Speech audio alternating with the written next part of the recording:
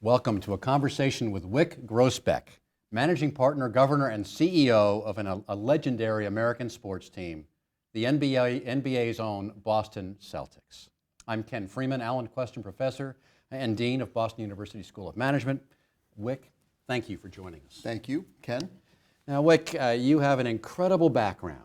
You have a law degree, an undergraduate degree from Princeton. You also have an MBA from Stanford.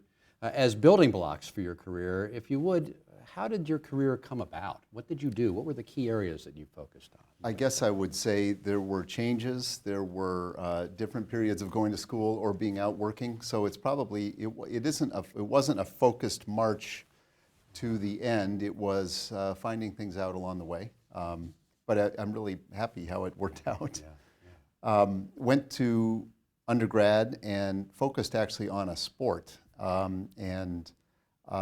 Academically, I did the academics and enjoyed them well enough, but it was really the rowing, to be perfectly honest, that really defined my time in college. And so I came out without a clear idea of what I wanted to do next, and I sort of fell into law school because I'd been a history major, and I thought that the study of law was a bit like studying history, to finding out trends or themes and recommendations from the past and applying them to the present. And so I went to law school really on an academic mission to continue my history studies. Then I became a lawyer out in Silicon Valley, went down to Palo Alto actually to start working with startups. My dad had been an entrepreneur and I'd always had a bug. And when I met these entrepreneurs as their lawyer, I realized I wanted to go and do something around that myself. So I went to Stanford then later, after 4 years of working. So a bit of a changing here and there. And after your experience as an MBA student at Stanford, you ended up deciding to become a major investor in the venture capital space. An investor. I don't know if I was a major investor, but I joined an excellent firm. I first had a couple years of business experience in a public biotech company. I know some of your background is in the medical field, and did that, and then moved back to Boston with my family, my young family, and joined Highland Capital Partners back here and invested with Highland from 95 to 2002. And that was a great period to be a VC. Yes, indeed. And then all of a sudden, this team that wears green and white came along. How did it happen? What led you and Steve to really go out there and become owners of this storied franchise? Well, I watched the Red Sox get auctioned off, and it was just before we did the Celtics deal. And looking at the Red Sox, the frenzy of bids and the excitement about buying a Boston team, and I sort of thought, well, that was an amazing idea. Someone had to buy the Red Sox. What about buying another Boston team? And so I thought of looking at the Patriots, and they were obviously not for sale. The Bruins were not for sale. But the Celtics, on the other hand, were potentially for sale. It was hard to tell. The owner lived out of town, didn't come to the games. It was a publicly traded company, which added ready information, but also the complication of trying to buy a public company. But I sat down for a day or two and looked at the numbers and sort of thought something might be able to be done. And I went down to New York and met with the owner, and I got a price out of him, and I agreed to pay the price, and I wired the deposit. And at that point, there I had the option to buy the Celtics, but I didn't have the funding for the deal. So anyway, that's the first step of how it happened. Amazing. And you, in a way, went public with your intention to bring the 17th championship for the Celtics to Boston. And you did that right from day one, literally, as you were making the acquisition. What were the major building blocks that you engaged in helping to put in place the capabilities to live past the legacy of Red Auerbach, who was one of the great, perhaps the greatest coach in many, perhaps the history of the NBA? How did you overcome the culture of the past, create the new culture, and then obviously bring home the championship several years later? Well, Ken, I think there were a few steps. I think the most important thing was that we set the goal clearly at the beginning. As you said, from the first day, I named the company Banner 17, and thereby letting everybody know, my new partners on the business side, the people working on the business and basketball sides, the players and the fans, letting everybody know we were going after a banner. Secondly, we got together and tried to assess exactly what it would take. We looked at previous NBA champions and looked at the design of those teams, realized we needed a big three. Thirdly, we hired Danny and Doc and assembled draft picks and drafted the young players and paid them and stuck with them even through the tough times. We asked the fans to stick with us as well, and crucially they did. So sort of figure out what it will take and then take the 4 or 5 years necessary to actually build instead of trying to fool yourself or take a shortcut. So it was set the goal, figure out what it'll take, and then sort of stick to it. And then have a dose of good luck, and we certainly had that. But all in all, that's how we won the championship. Now, as you move forward, you're not settling for just one, I'm sure. No, but I certainly one's better than none, but 2 is better than 1. Yeah. And you've brought in a new, very talented young coach in Brad Stevens from Butler, a unique and in many views, a different approach to leading a team as a coach. How do you see the Celtics moving forward at a time of, some might say is rebuilding, others would say is beyond rebuilding, is really positioning the team to make it back to the playoffs? Well, you're either contending or you're wishing you could contend. We're probably still in the wishing stage. Brad seemed to me, and my partner Steve, and my father Irv, and our partner Bob, it seemed to us all that having a young coach with a real basketball mind who really fit with Danny, and Danny didn't need to negotiate with him or so much as they would just get together like a startup team, a founding management team. They would just get together and the synergy between the two of them would be powerful. That's what we have with Danny and Brad, and we're excited to see how year 2 goes. Sure, and you've had so many wonderful different experiences touching business, and sports in the end is a business like any other, but with some very special attributes. Are there specific experiences or learnings from your prior business experience and investing and what have you, and as a lawyer, that have served you well as the CEO of the Celtics? Well, that's another great question. I like that one. I guess I've always tried to be about team, and a lot of people talk about being team players. I mean, even right back to rowing in college, being in the 8. You know, if someone's out of step or not in the same physical condition or not with it mentally that day, you know, the whole boat will suffer. And I've seen that. I've seen it as we worked with startups, both as a lawyer and then at Highland. And so I guess I took that really seriously when I came into the Celtics, both assembling the ownership group, and we're a team that is 12 years in, the happiest group of 25 or 30 guys that I can think of in terms of a long business partnership. So assembling that team, having the right team on the basketball side, the right team on the business side, you know, I don't take that lightly. I think that's the most important thing. And not afraid to make adjustments as time goes on either. Right. You've got to have your motivations have to be well known and transparent, and don't try to fool anybody, and keep your standards very high. As you look back on your career, are there things you're particularly proud of beyond celebrating the 17th championship in the NBA for the Celtics?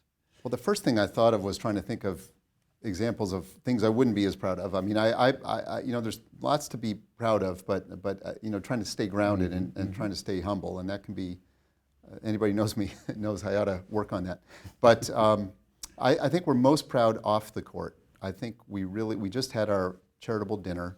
A lot of people just talk about charity. A lot of people really do it. Our Celtics Foundation, under the leadership of Steve Paliuca, who you mentioned, and with the support of everybody, fans and owners and players, you know, has really done some amazing things. And I'm proud to just be part of that, and to have us out at Perkins and Children's Hospital and Horizons for Homeless Children, and just doing the things we do. It's an honor to be able to do that. And like any business, I'm sure you've got metrics, core metrics in the business of running the Celtics. Are there any specific core measures you focus on in overseeing the operations, the overall team itself? I guess I'd say the way we've always looked at it since naming it Banner 17 was, how are we doing on the court, and how are we doing in the community?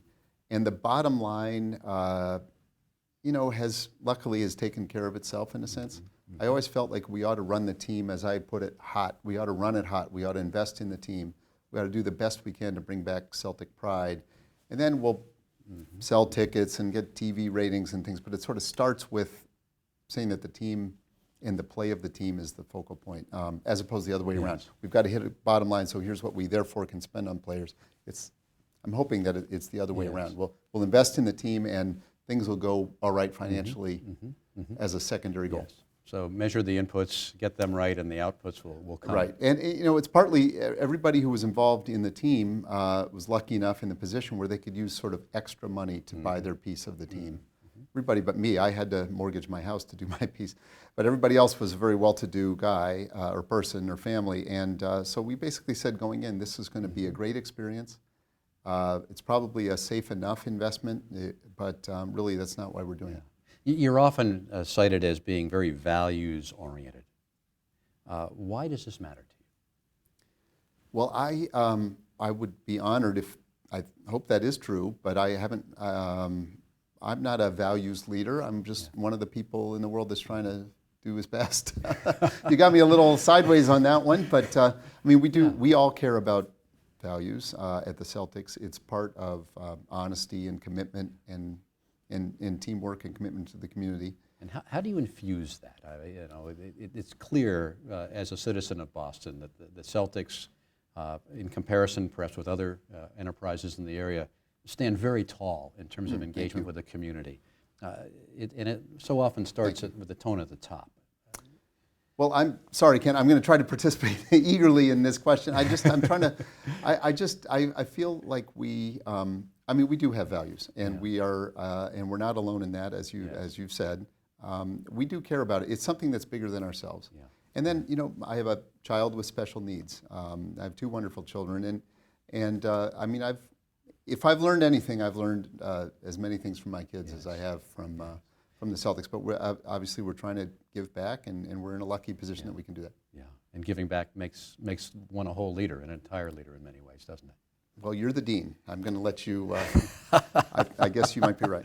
We'll see, right? We'll see moving forward. Let's turn to venture capital for a moment. You have a new enterprise, Causeway Media Partners, just completed initial capital raise. What are your objectives with this effort? This is more of a financial move. The team was really for love and for excitement and for the community and as a third or fourth goal, some sort of financial return, I suppose. But Causeway is really a real venture firm. We are really, it's three partners that we've worked together for 20 years or so, 20 plus years. And we're out there in the sports and media and technology world using the contacts we've made because there's so much opportunity. It's just really accelerating. You've seen the new television deals for the leagues. You've seen the new technologies coming and over-the-top distribution. And there's a lot going on, and there are investment opportunities. And one of the investments that's been highlighted recently is the investment in SeatGeek. A great name for an event ticket search engine. You've got some blue chip athletes investing alongside of you, including, I believe, the Manning brothers of NFL fame, Carmelo Anthony and what have you. How do you select the investments you pursue? At Causeway, well, I've been working with startups since the 80s and investing since the 90s. My partners have been investing since the 80s. And to some extent, you know it when you see it. That doesn't mean you always get it right.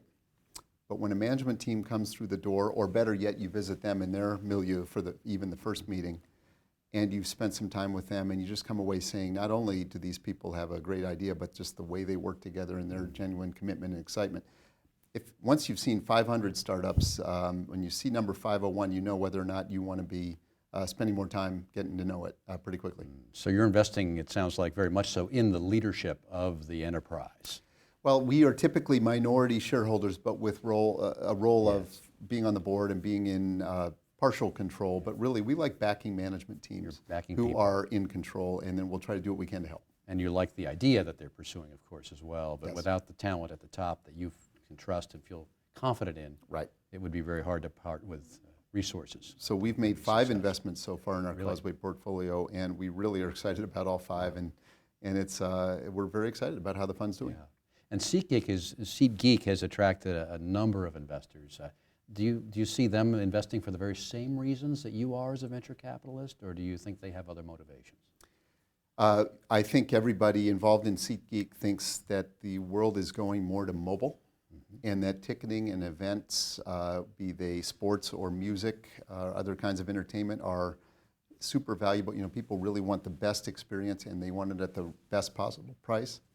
And SeatGeek is really the leader in mobile ticketing. So if you go to SeatGeek get the app and just you tap for tonight, you'll see everything that's in Boston tonight. The other night, Fleetwood Mac came through. The tickets were up to $800 or $1,000 for Fleetwood Mac. You don't want to make a pricing mistake. So SeatGeek aggregates every ticket that's available all over the web into one spot, and you can just tap, and then you've got it.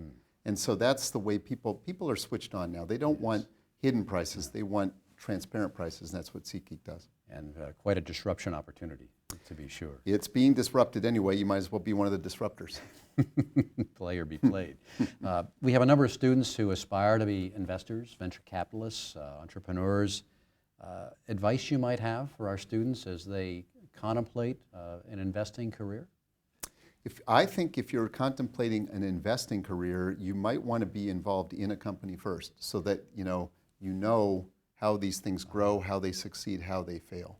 If I were looking to back an investor, I wouldn't necessarily want the youngest person. That might be a good person to work in a company, but I might want someone who's seen companies succeed or even fail along the way as a prerequisite to really being a senior investor. And I'm not trying to discourage anybody. I'm just saying that how are you going to know if a particular startup is the one that you want to put your check into, unless you've sort of seen things, you have some pattern recognition, can really be helpful. This reminds you of something that you were involved in before. So you might start, I would say, you might want to start not just being an analyst at a venture fund, but instead being out in a startup and seeing what works and what doesn't work. And you may end up just wanting to be an entrepreneur in the startup. And you'd suggest a startup as opposed to perhaps working in a larger corporation? Well, you've worked in some highly successful large. I'd be glad to have the discussion with you. I think either way. But I think seeing how these companies work, it's like just seeing how important it is to have the right team at the top and how they treat everybody in the company. And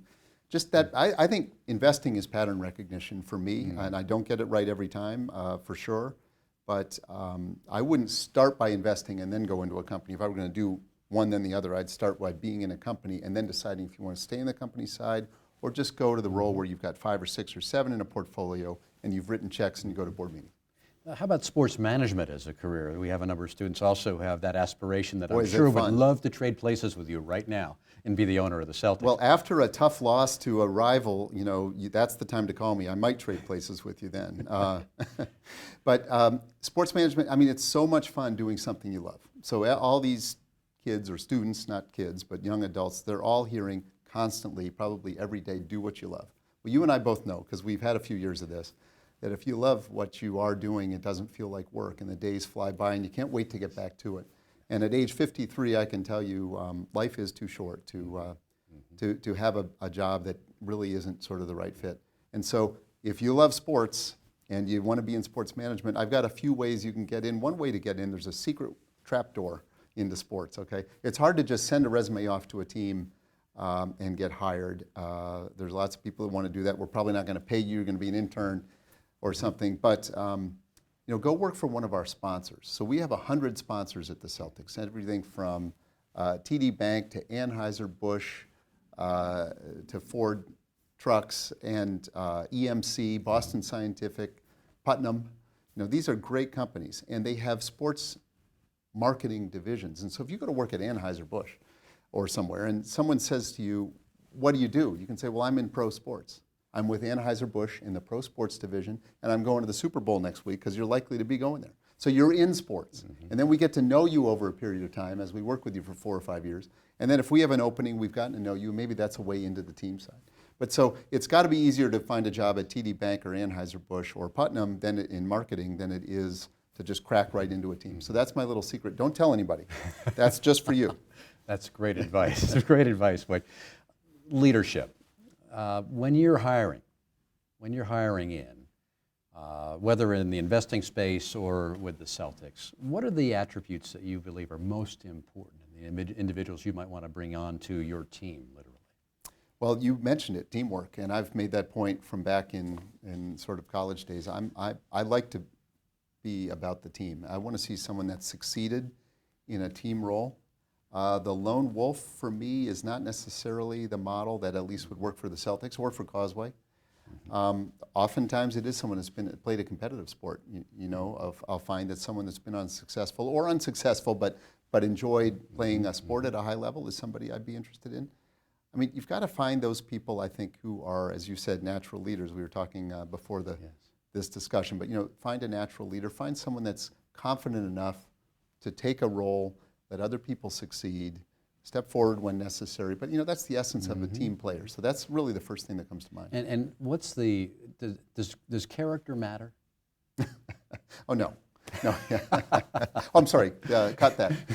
Yeah, character matters, and you will find ethical challenges all the way along. I remember back as a lawyer, I was faced with an ethical dilemma, and I ended up going to the senior partner of the firm, and I felt pretty strongly about something. And I was a very young person, and I don't know. What was the issue? If you Well, remember? just to, about I don't remember exactly, but there was something that caused my it caused me some concern, and I had to, I sort of went up the chain and had it all hashed out and called other people in, and we got to a perfectly good, appropriate resolution, ethically correct.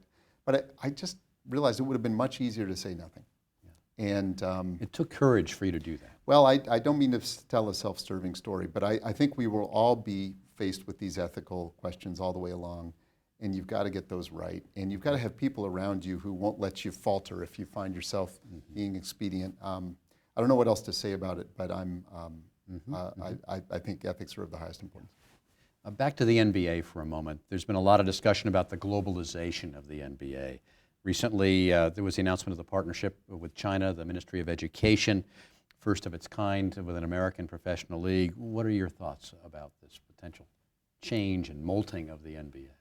We love being in the NBA. It is the most international and global of the U.S. sports. With soccer, we are the two global sports in the world, really. And we're the only one that sort of controls. I mean, soccer is sort of multifaceted. There's all sorts of different leagues, and it's a great sport, and I love watching it, and I used to love playing it. But basketball is really an enormous international, it brings people together worldwide. It brings the races together, the different nationalities together. It brings everybody together, and when it's done right, it's a great example. So China's a fantastic opportunity. We've been in China for 25 years or so. It's really taking off. We are among the most popular sports in China. And I think doing the math, there are an awful lot of 7-footers over there. We haven't found them all yet. But Yao was a great, so anyway, the NBA is highly international. I think that's why people are interested. TV partners are interested globally. And as you look at other organizations, whether they be sports organizations, companies, enterprises, are there any firms or enterprises out there when you say, they're folks we want to benchmark, they're folks we want to emulate? Are there any organizations that come to mind in the for-profit, not-for-profit, heaven forbid, governmental arenas? Other than Boston University School of Management. Certainly, other than Boston University School of Right, Management. no, but which we do think very highly of, and I'm glad to be here. The other night we had an owners' dinner in New York and meetings, and the keynote speaker was Ken Chenault, who's the chairman of American Express, and that's a perfect example. And he talked about his deep commitment to values and the values of American Express and what they're trying to do, and he gave an anecdote of why, exactly how and why they decided to stick with Magic Johnson when his HIV was revealed in the early 90s, and how that has reverberated around the company, and how it's relevant today that they did that. And Ken is, there are many other examples, but Amex and Ken are great examples. They're on your of people list. we love to be to learn from. A great enterprise. Yeah. The millennial generation, we have a number of them here at the School of Management, about 3,600 to be sure. And as you see the millennials continuing to grow, an important part of your fan base, described very often, millennials as opposed to baby boomers and others, as having a slightly different time clock and view of the world. Are the millennials challenging you in terms of how you market, how you promote the Celtics, how you have them become fans, or is a fan of any age? Yeah, that's another great question. When I came in early 2003, we kept our season ticket files in paper folders with notes. Is that right? That's what we came in, and they were living off the 1980s with Larry Bird and the success back then of that big three. And so it was just people that still had tickets, still 16 years later after 86. And that's all changed. And now we have something like 10 million Facebook friends. We have 1 million Twitter followers at the Celtics, or 900,000 plus. And we do everything online, and we do everything to appeal to, we are the youngest crowd, certainly in Boston or in sports, the NBA, and among the most affluent as well. But we experimented with a shorter game last week, a 44-minute game instead of 48. Is that to do with attention spans? I don't know. My own attention span has gotten shorter, so maybe I'm an honorary millennial. But we think basketball is well positioned to appeal to younger folks, and we are doing everything we can to reach out to them. Fast pace matters. Get them to come into the games and experience it, and a lot of them come back. And you're filling the seats like none others. You're one of the highest attendance ratios of any in the league. Yeah, we've still got some tickets to sell this year. Please go to Celtics.com. But it's a lot of fun, and people like watching Brad Stevens coach. They like watching the guys play hard, dive on the floor, play defense, shoot the three. I mean, it's an entertaining brand of basketball with only one player over 30. So it's a young brand of basketball. And now giving back. We talked briefly about it earlier. You have very personal motivations for being involved and engaged. There are so many organizations that you're involved with. Certainly the personal motivation, you feel that. Do you feel more than that as you give back? I have a number of individuals, students very often will ask me, well, what does it mean to give back? How will I feel if I do give back? That's interesting. I don't want to portray myself that I think of myself that I'm a leader in giving back, but I have been involved in a lot of giving back, oftentimes led by others. Steve Pagliuca and my co-owners at the Celtics, my parents, inspired by my son who has special needs, and we've given to Perkins School for the Blind and to blindness research for years. You know, I suppose it started in my life a little bit with the personal connection with my son being blind. But I've been able to, my wife and I and others, you know, we branch out into just taking the power of the Celtics, and we help over 900 charities a year.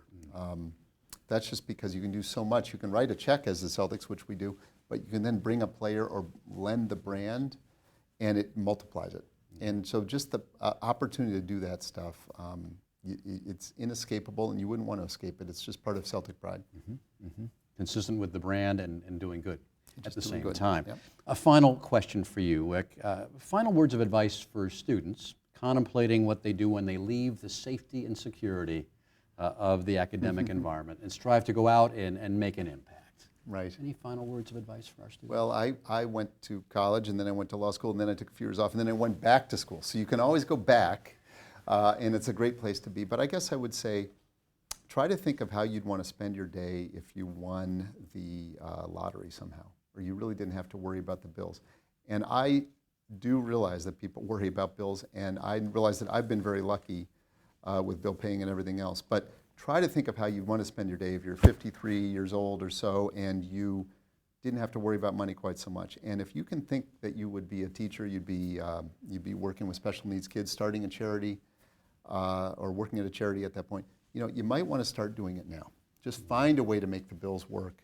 Find a way to start doing what you really love, and go from there. In other words, if you take money out of the equation, just even hypothetically, and I know the real world is a tough place, but if you can hypothetically take it out of the equation for a minute, think of what you'd really like to do. It wouldn't be sitting on the beach. Nobody at the School of Management is going to sit on the beach the rest of their life. They're driven, and they're going to go do things. Figure out what you really love, and then try to work your way towards it. Great words of advice. We've been in conversation with Wyc Grousbeck, CEO of the Boston Celtics. Thank you for joining us, and thank you, Wyc, for an inspired conversation, and go Celtics. Thank you very much. Thank you very much.